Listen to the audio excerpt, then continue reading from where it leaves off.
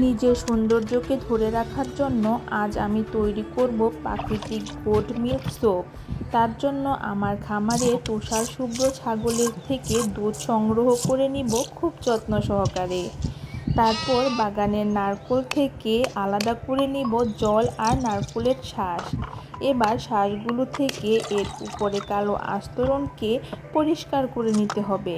পরিষ্কার করার পর সবগুলোকে একটি বড় হাঁড়িতে নিয়ে জল দিয়ে ধুয়ে নেব।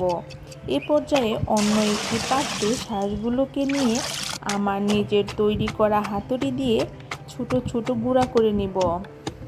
তারপর গুঁড়াগুলোর সাথে অল্প পানি মিশিয়ে বড় জাঁতাকলে পিষে নারকেলের দুধ বের করে নিব। তরল দুধে যেন কোনো প্রকার আঁশ না থাকে সেজন্য সাদা মার্কিন কাপড়ে ছেঁকে নিয়ে বড় একটি পাত্রে ঢাকনা দিয়ে ঢেকে রাখবো রাতভর।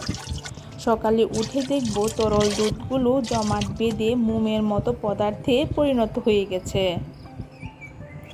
এবার দুধগুলোকে একটা পিতলের পাত্রে নিয়ে হালকা আঁচে আবার গলিয়ে নিব। এ পর্যায়ে উক্ত তরলকে আবার ছেঁকে ছোট একটি পাত্রে নিয়ে নিব।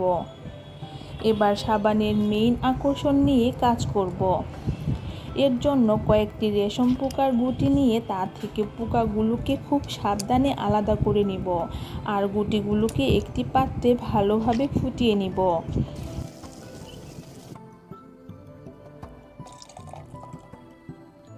এবার সাবান তৈরির সকল উপাদান যেমন বেকিং সোডা, আগে থেকে ছাগলের তৈরি দুধের টুকরো সবগুলো ভালোভাবে মিশিয়ে নিব। এ পর্যায়ে মিশ্রণটিকে অন্য একটি পাত্রে রাখা জলপাই তেল, পাম অয়েল, শিয়া বাটার, মিষ্টি বাদামের তেল নিয়ে এর সাথে আরও 260 গ্রাম নারকেল তেল নিয়ে মিশ্রণটিকে ভালোভাবে মিশিয়ে সাবানের প্রকৃত কাই তৈরি করে নিব। কাই তৈরির শেষে এগুলোকে নির্দিষ্ট আকৃতির ছাঁচে সাবধানে ঢেলে নেব।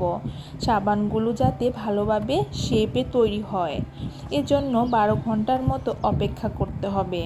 তারপর কঠিন শেপে আসলে এগুলোকে ভালোভাবে ছাঁচ থেকে আলাদা করে নিতে হবে।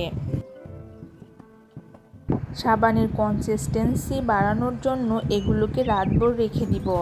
ফাইনালি তৈরি হয়ে গেছে আমার কাঙ্ক্ষিত সাবান। সারাদিন কাজ শেষে নিজের তৈরি সাবান দিয়ে রূপচর্চা করতে দারুণ লাগে।